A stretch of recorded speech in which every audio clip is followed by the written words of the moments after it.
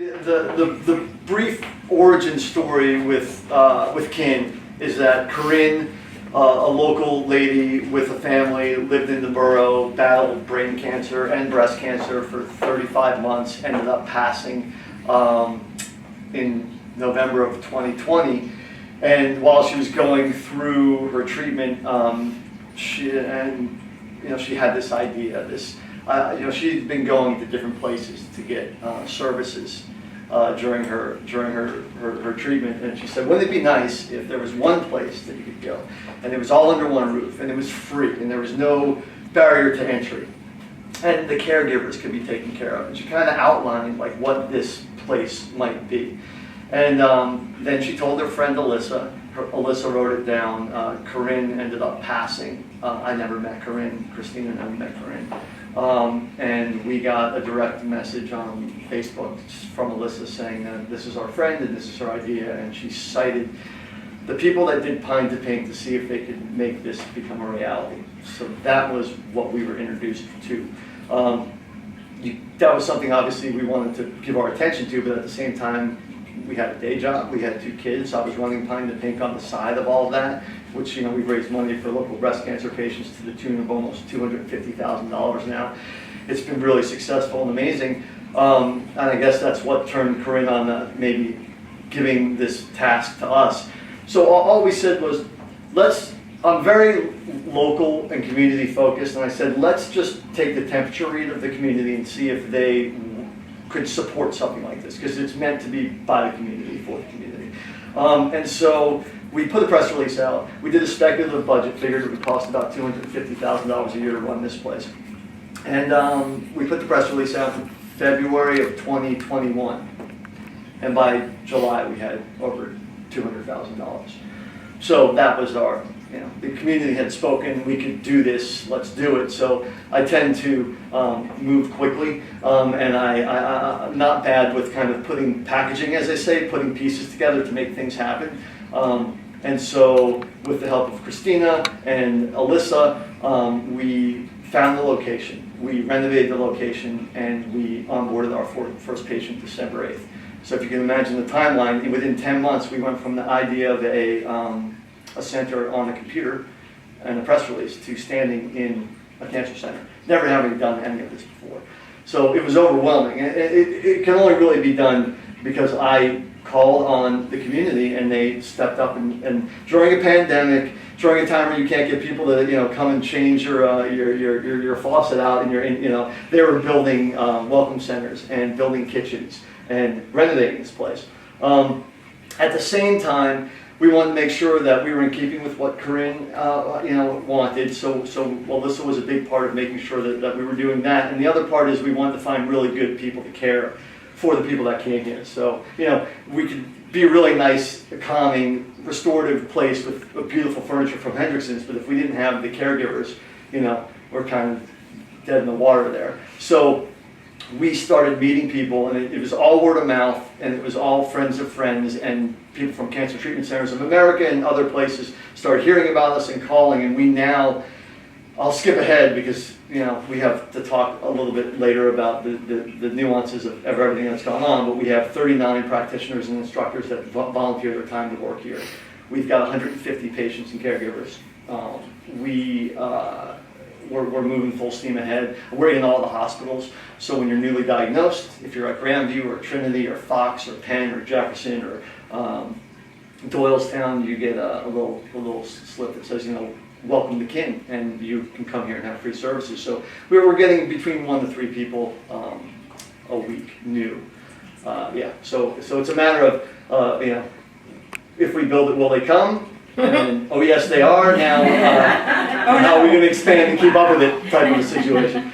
So I wanted to show you this. This is our community wall. This is just a portion of the cards from the people who have helped build this facility.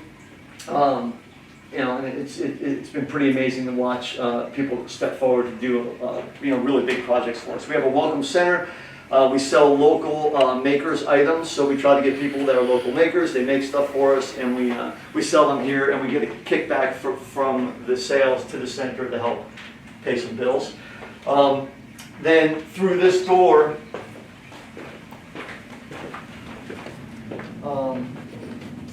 This is our event support workshop space. It's meant to remain pretty open. We set up tables for events. We have people come in to do speaking workshops. Doylestown Library curated hundreds of books for us to give us books for the library. They give us 10 new books every month. Around the corner, we're going to have a door that goes out to our seating area and our labyrinth. That's being built by Indigenous Ingenuities, and we're going to have 2,200 square feet of outdoor space.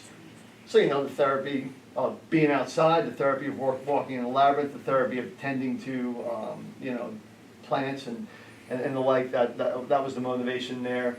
So yeah, that'll be coming this summer as we kind of grow. We wanted to get our footing, start our services. We're only like 19 weeks worth of services so far. We haven't been, you know, doing it that long.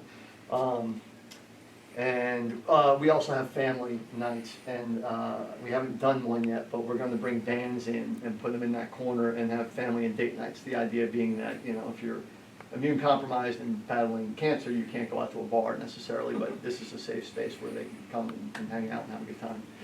Mm-hmm. So that leads into this area, which is our studio. And tonight we just had, you know, Sherry Simon was here, the owner of Sundog Yoga, and she taught a class. There were 8 people in here. It was pretty amazing. So we use this for Bar 3. Angie, who owns Bar 3, teaches here. Myra, who owns Pilates in Doylestown, Collegeville, Newtown, teaches here. Mike Strauss, who does Silver Sneakers at Cornerstone, teaches here. And then we have yoga 3 times a week. Our schedule is pretty robust. I'll bring a schedule in for like what we're doing this week and read it off, and it's pretty mind-blowing. There's a lot of stuff that goes on.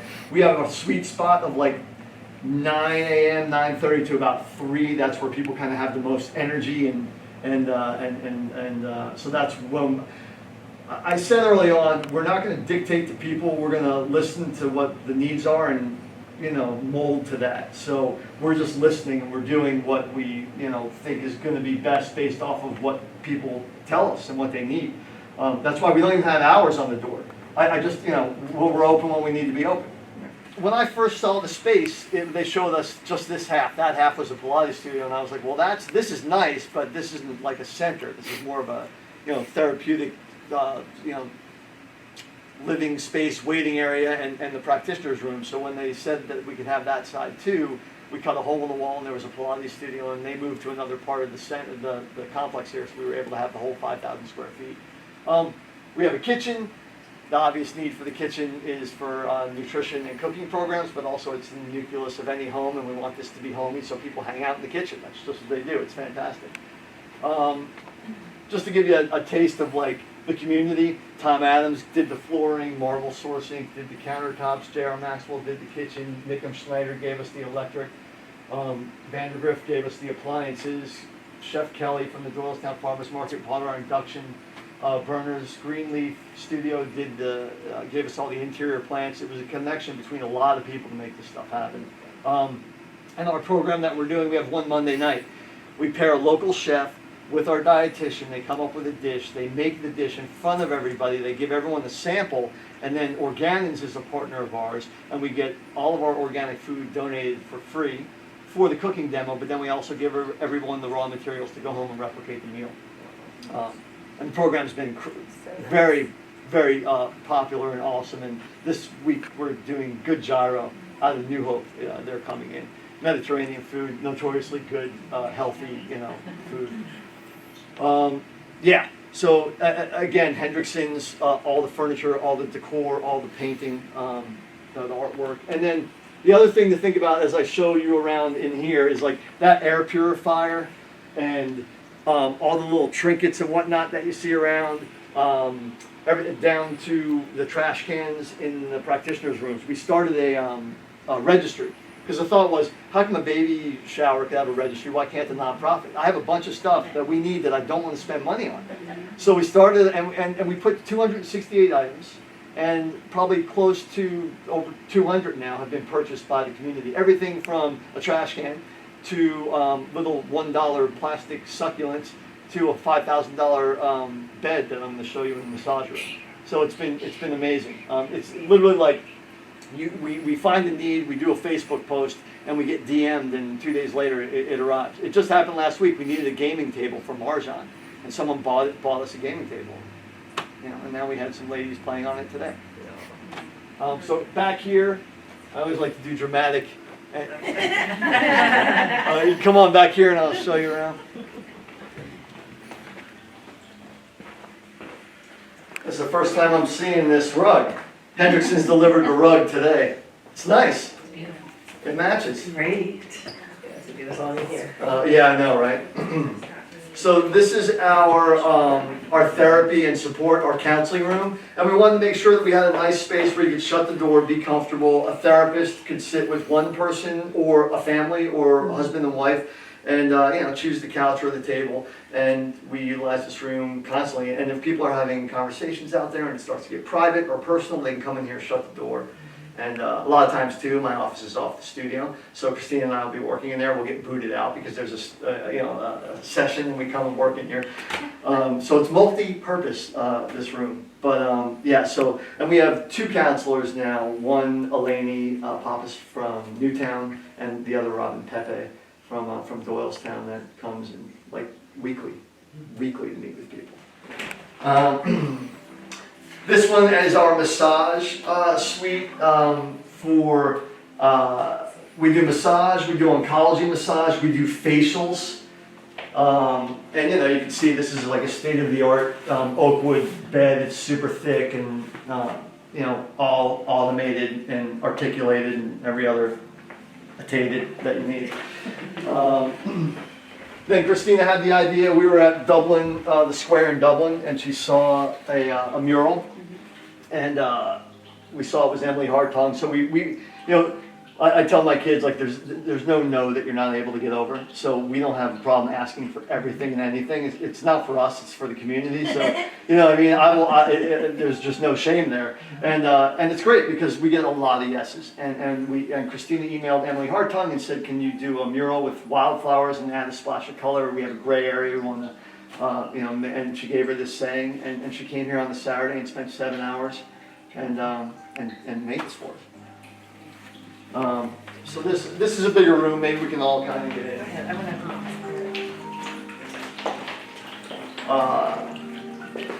This is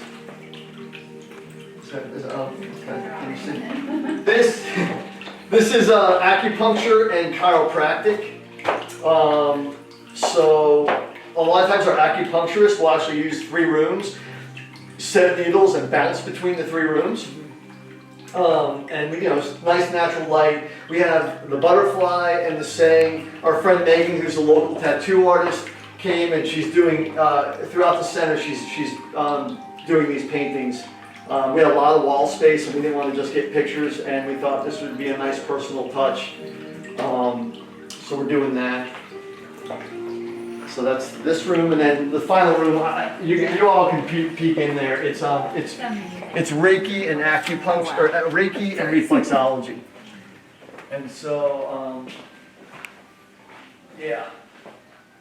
acupuncture does extend in there sometimes, but that's mostly Reiki and reflexology, just energy work. And we're hoping to add light and sound therapy. So there are times when all 4 of these rooms are going. And there's yoga being taught at the same time. This place is buzzing, and those are the times that we're like most happy.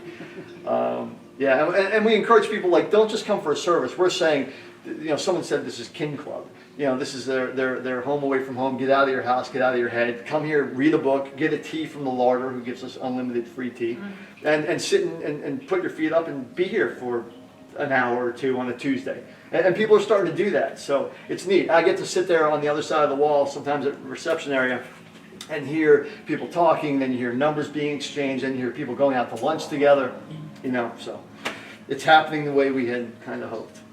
I guess passion that is going to make or break kin or allow us to thrive and survive. It's at this point, we've turned it over. We're just helping facilitate it. It's much bigger than any one person, and the community is driving this thing.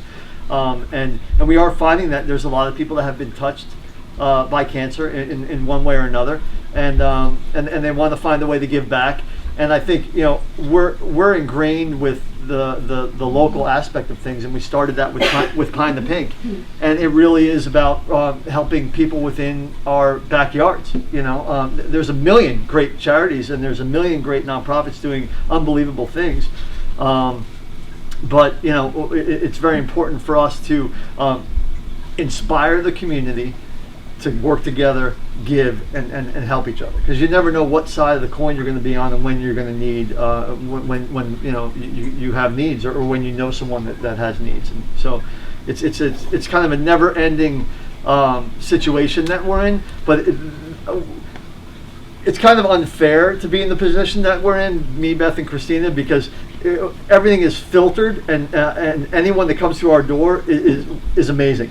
Everyone that comes through our door has a story to tell. Everyone that comes through our door wants to give back. So we're seeing like just this amazing group of people, and it's been very rewarding and fulfilling to be on our side of the coin, and we know by the lives that we're kind of helping touch through Kin that it's helped a lot of people, and we've only been at it for a short time.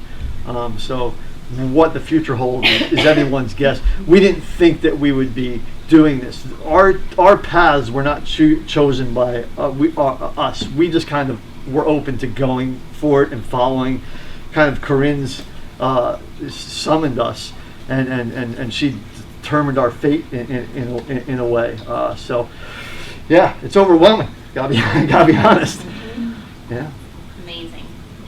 Sit up here. Sit down. I just don't know if I can sit up there. Oh, your knee? All right, sit down there. Beth, she hurt her knee. What were you doing? Was it breakdancing? You got me. Bar class. Yeah. Beth made the mistake of saying to us, hey, if you guys need any help. Those are the words you got to watch out if you're within earshot of us and you say that. And I'll give you an example. You know, I pulled in 2 days ago and her car was here already, and the center was open, the lights were on. She's volunteers She's 20 a volunteer. 20 or 25 hours a week. And now that we're over the hump of getting launched, we look back and go, how would we have possibly done any of this without Beth? Like it's scary. My motto is BLB, which is be like Beth. I need to say that I had breast cancer during COVID. So for me, going to treatments alone, not being able to take anybody to appointments, going home at night, being, you know, with family, but you're trying to put on a strong front for everybody because you don't want the kids to feel, you know, the stress that you're going through, your husband to be concerned. I was able to come in here, thank God, and just, I think probably within an hour, I was just overwhelmed with what they were going to be able to provide people. And I kept thinking, like, I can't imagine how different I would have been if I had a place like this to go. And within, but maybe the first 2 days of working here, you would see people come in, and they were coming from treatment. And you knew that these people wouldn't go to the grocery store or wouldn't go anywhere else because they didn't feel comfortable or safe. And then they came in here and they just looked so relaxed and you know, comforted by the people that they're surrounded with. And I always say, when they come in here, they already know that they have a connection to the people around them. Everybody, you know, in the room might have a different form of cancer, but it's just this immediate connection that people seem to feel. And it's a community. And when they say kin in this circle, it just, you really start to visualize it's a thing. Like it is a real important thing for these people. And they always leave here looking brighter than they did when they came in. Absolutely. So it's refreshing. And then to have professionals like yourself Yes. donate and give back, that's what fills up your cup at the end of the day. You already have a full schedule when you're coming. Well, and you know, and I'll just share as somebody who does volunteer here, I think that the reason that people are so willing and eager to get involved is, you know, you give to the United Way, you give to whatever organization, you don't see who you're helping. And I was just sharing with Keith earlier, just when I came in and I did sessions with a couple people,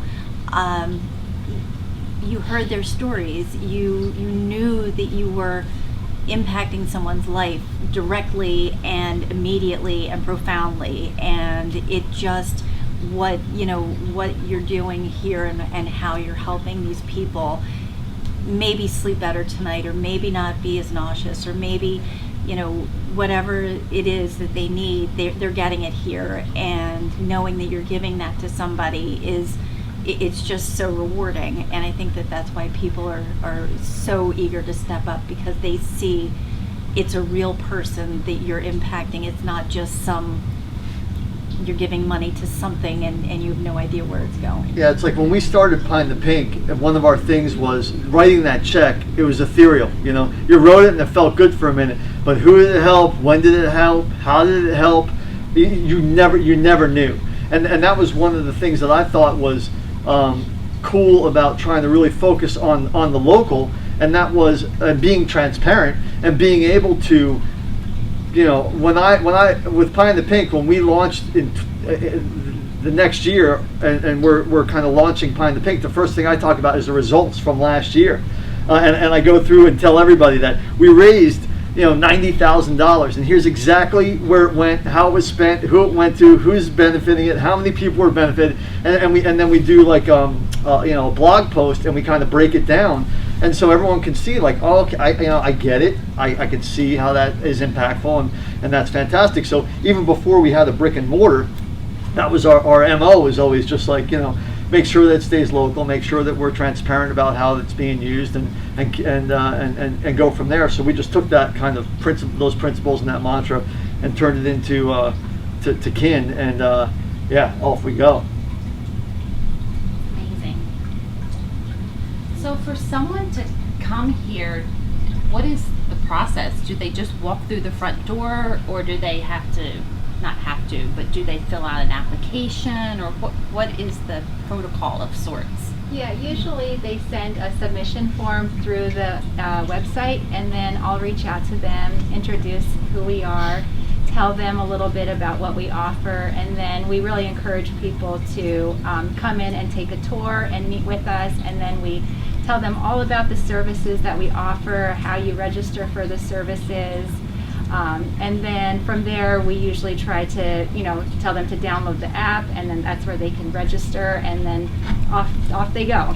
So yeah, we had a gentleman who came in yesterday, sweet man, and he was so appreciative of this place, and I ended up booking him. He went over to Dr. Shelley Hayes, got his paperwork signed, came back over, handed it to me, and then I think I hooked him up with 3 different appointments next week. So yeah. Part of the paperwork, we try to keep it simple, just our procedures, our policies, our liability waiver, contact information, and then we get the oncologist to sign off on what they can do. So if they check they want to do massage, acupuncture, yoga, and fitness and therapy, their oncologist will see that, make sure that there's no modifications, and if there are modifications, they'll write that in, so we know when they're getting acupuncture, hey, stay away from the left arm, or whatever the case may be, and then they can safely receive treatment. But yeah, what do I always say? The zero barrier to entry. We want to make it as quick and easy and simple for people. And to Kristina's point, people have walked in one day and came back the next and been in acupuncture like that. And we don't look at insurance. Doesn't matter where you have to live in Bucks County or be treated in Bucks County. And that's the extent of it. We've also had caregivers that come. We haven't even seen the cancer patient, who we call guests here. We have just seen the caregiver. We provide them therapy. They've come and gotten Reiki or a massage or done a yoga class. They just have to clear their head to be the best person they can be, to go home and take care of what they're taking care of at home. And so we've seen all kinds of situations at this point. We do require COVID vaccination, but if they don't have that, there are like Zoom counseling sessions and other means to try to get some of the needs met. Right. Yeah. We had someone come in, they were not vaccinated, so they did Reiki, and they met with our practitioner, and they sat outside on the bench on a really nice day. So there are some services that we're able to offer. Yeah. I'm just for as far as volunteer work? If someone had the time to come in and help, Right now, what could be helpful for you guys? it feels like the biggest thing right now is all of our events that we have coming up. That's where we need the most help, I feel. We might need some help with the front desk from time to time, but mostly Beth is here covering that. But it's definitely our events. And are they held here? No, Or they're all over? they're held up. Yeah, Okay. we can give you a list of all the events that we have coming up, and if you're interested, we'll get your information. And it really does. It depends on people's comfort. So I always talk to them and say, well, what do you want to do? It's your time. What's your strength? What's in your wheelhouse? And some people, I like to get roundups all over Bucks County. So I'm trying to find somebody who may have a sales background or a customer service background that feels comfortable calling Ardana and saying, will you do a roundup for the month of July for kin? And here are the details, and come meet with us and try to get these roundups. We're trying to find ways to make money for the center while we sleep. And we're also trying to find people and organizations that will have events and do things as groups, be it a networking group or other, that will bring money in for us. So not an event that we would have to produce, but it's just one that we would market and attend. That's ideal. But then when you talk about an event and all the process and steps that's involved, if you're not a salesperson and don't want to try to solicit funds, that's fine. We've got 500 flyers, and we have to litter, New Hope and Percy and Yardley and Newtown and Doylestown, and here's flyers. Can you go do that? It's Putting together a raffle basket. That's what Beth always encourages people raffle to do. baskets. Yeah. Yeah. So we had a Wine backyard. baskets go well. Yeah, wine. She always likes the booze. Yeah. We do too. Hey, it's a thing. Here it happens. So it's like we had a backyard bash. We made, this is a great story. It was a backyard party. We partnered with Indigenous Ingenuities. We have the backyard party at a house that they've done the landscaping and hardscaping for. So it's a showcase for them. They underwrite it and pay for all of our expense, and then we get the benefit from charging at the door and making money off the event. Our goal was $10,000. We made $8,880. Okay, and 3,000 of that, if not more, were from the raffle basket. So it's a pretty good piece of the pie. And my founding partner, a woman that's given north of $100,000 to us, asked how the event went because she couldn't make it, and I said, well, it was great, but we didn't make our goal. She said, what was your goal? I said, 10,000.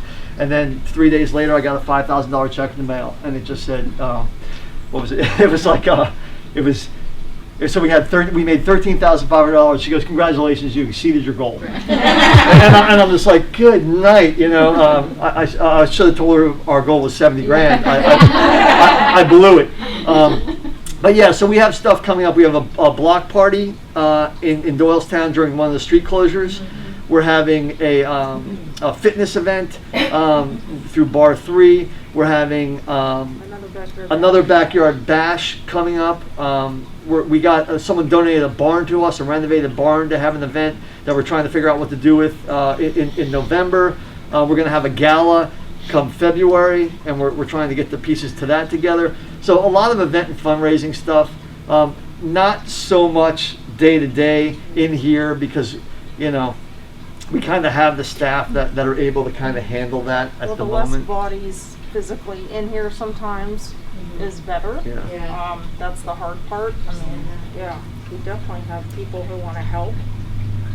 But getting people to help by coming to the event, promoting it to your friends and your family, and I think that is the just biggest showing up. thing. Yeah.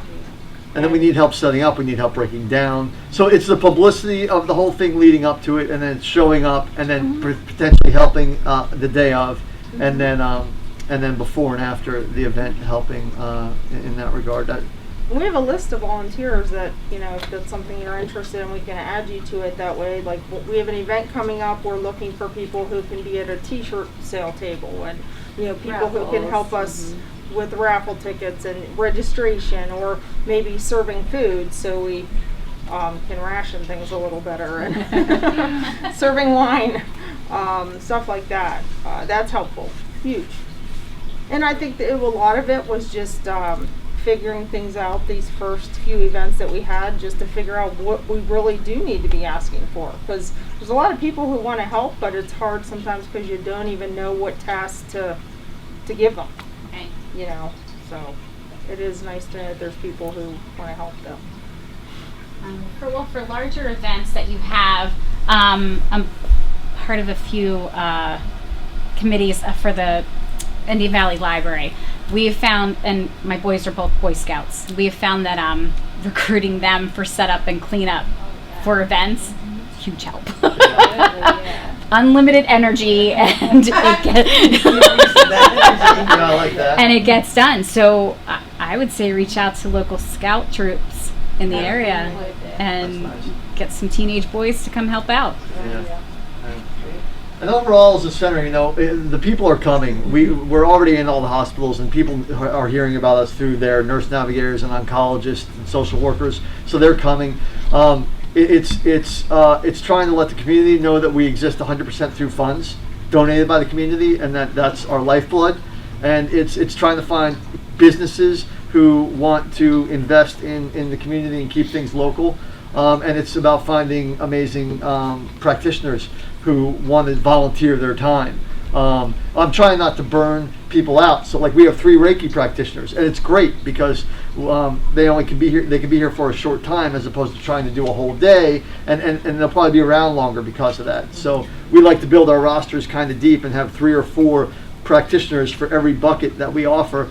And so introducing, I have an acupuncturist coming on Saturday to come and meet with us and see what we're all about. Introducing the idea of what we do to people that you might know in the integrative services is also helpful. And it helps too if your kids are in high school, middle school, elementary schools. These kids are constantly doing the walks, the contests and stuff like that, and people don't realize how much money some of them are raising for organizations that really aren't local. And to actually think like how many teachers that I know my kids have had at CV East or other schools where the teachers have had cancer, or somebody in their family was affected by it, that it would probably mean a lot, especially with Corinne having been part of the Central Bucks School District, to get some of the fundraising for places like this locally. So anything that you are able to mention to like PTA committee, or a lot of the kids in the middle school and high school who are in clubs. Some of these clubs, they have to do hours or something towards nonprofits. That would be a huge help. Yeah, that's what I was saying about the scouts. That's what they need. They need community service hours. Yeah, A couple hours here and there, it's all Yeah. it takes. The library, like I was saying, has a dinner in white in August, and we've recruited my boys' troop to come set up tables first thing in the morning. We need them for 2 hours, and that's it. Yeah. But yeah. Also, there's a lot of organizations that have events that don't really do anything. I always try to say, whether it's us or somebody else, if you're doing something and getting a collective group together of people, try to do something for goodness sake. So, pick something and have it be somewhat local and raise money during whatever it is you're doing. And so anytime I hear of an event that's happening that's not tied to something local, I like to try to suggest to people, I suggest Pine to Pink and Kin first, but if they pick someone else, that's fine too. But that's something else to keep an eye on, or an ear to the ground on, what's naturally happening out there that can be an extension. We also started renting Kin out. In situations like this where it's technically free to have a meeting or a networking group, or we have the Cardinal newspaper coming in here later on this month, and they're just doing a gratitude night for all their writers and contributors. And then they're going to have raffle baskets, and they're going to end up, raising some money for us. And these nights are great ways to bring money in, because we don't have the ability, other through fundraising and donations, to bring money in. So, as you can tell, I spend a lot of time trying to figure out how to bring money in. It was, can we open this thing? And now all of a sudden my life has shifted tremendously. And Kristina, kind of oversees the day-to-day operation, the programmatic strategy, and all of that. Beth, as a volunteer, has stepped up and kind of running fundraising and events for us. And then my mom supports us. Jean Transu, Corinne's mom, it helps and hits the ground, the pavement. Like I give her flyers and she walks around for hours and miles and passes the flyers out. It's all those little things that matter.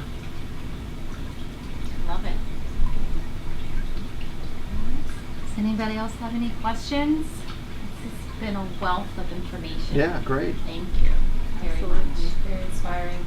Absolutely, yeah. And hopefully, we can be a part of the funds coming in this year.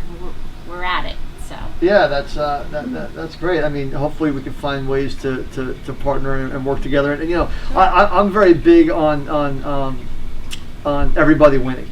So, for instance, we have events like we have one coming up, the block party in Doylestown. So it might be something that is exciting for you and your group to have a table at our block party, because we're going to have hundreds of people in the street. And I'm inviting our practitioners to set up tables to introduce them to people. And if you all would like to have a presence at this block party, you're more than welcome to come to our events. Also, our backyard bashes. You can set up tables and that sort of thing. And I think what you're doing is really amazing. And there's a lot of people, I'm sure, in our area that would like to be a part of your group. And they just if we can provide a platform that helps get your word out, then we're happy to do that. Just let me know. When is your block party in Doylestown? Well, the block party they're naturally shutting the streets down on July 7th and 8th. And what I did was I just hijacked the night. I brought John in here, the manager of the borough, and said, are you doing this for anybody or anything? And they're like, no, we just shut it down for the retailers so people shop local. And I said, well, can I grab a night? And he goes, well, if you talk to retailers on the street that shut down and they want to support it, then by all means.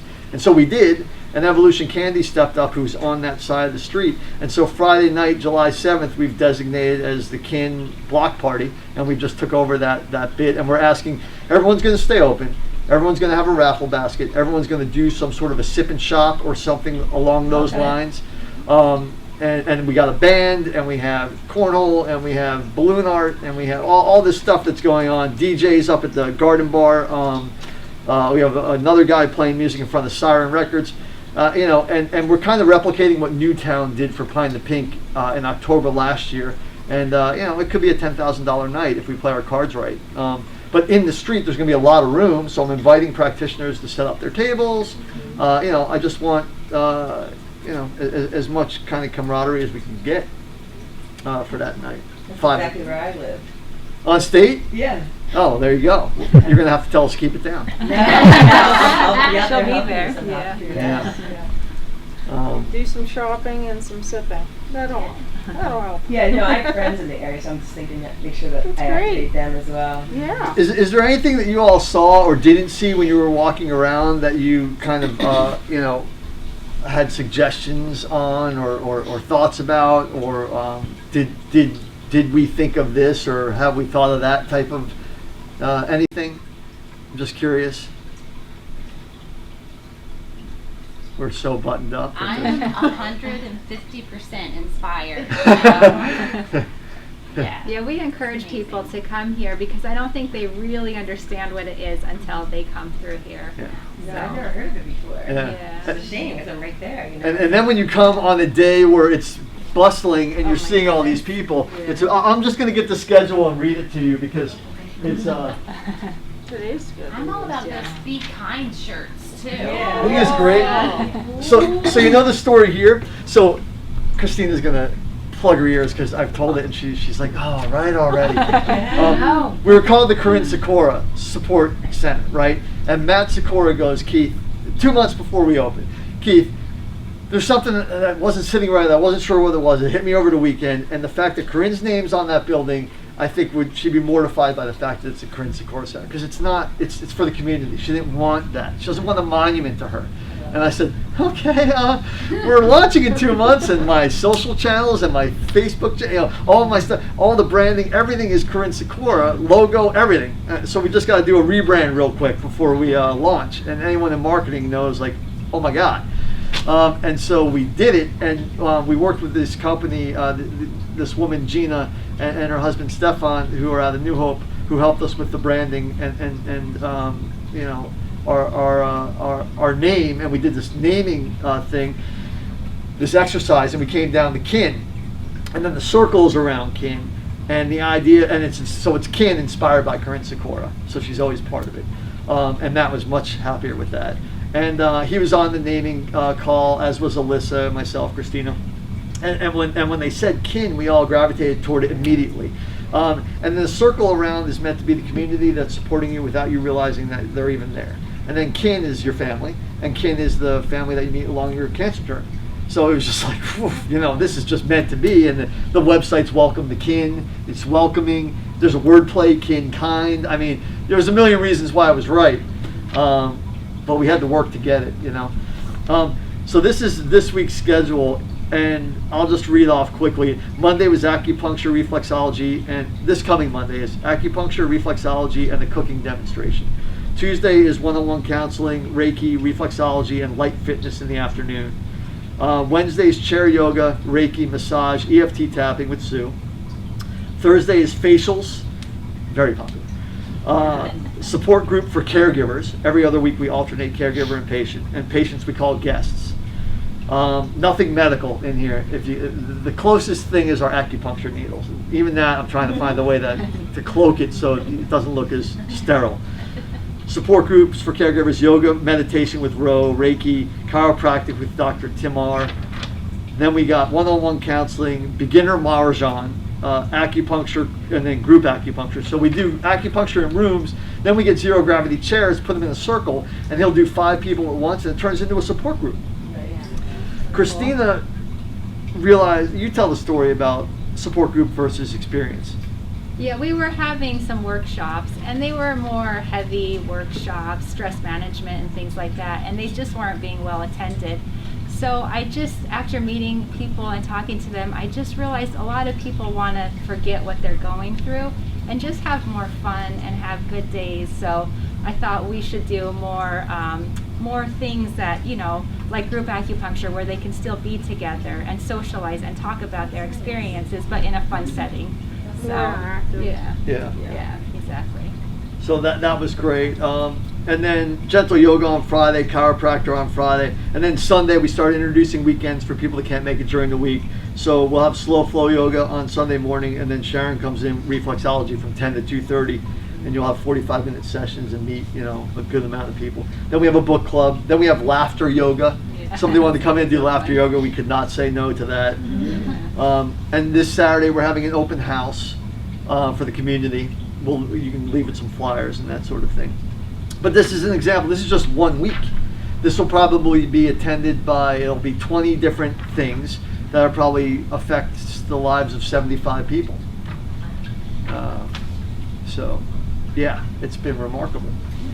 So I know that Ken is more of the relaxation and meditation, and is there either a part of you, or do you have a resource to give them for, like dealing with the budgeting of going through treatments? And because I know how expensive all of this can be, do you have outlets for them to reach out to help with, financial end of it, like I said, the budgeting end, just to help in that kind of aspect? Yeah, so there's a thing called a patient advocate, of which we have 2 on staff. And our patient advocate, somebody will be like, I am looking at a trial.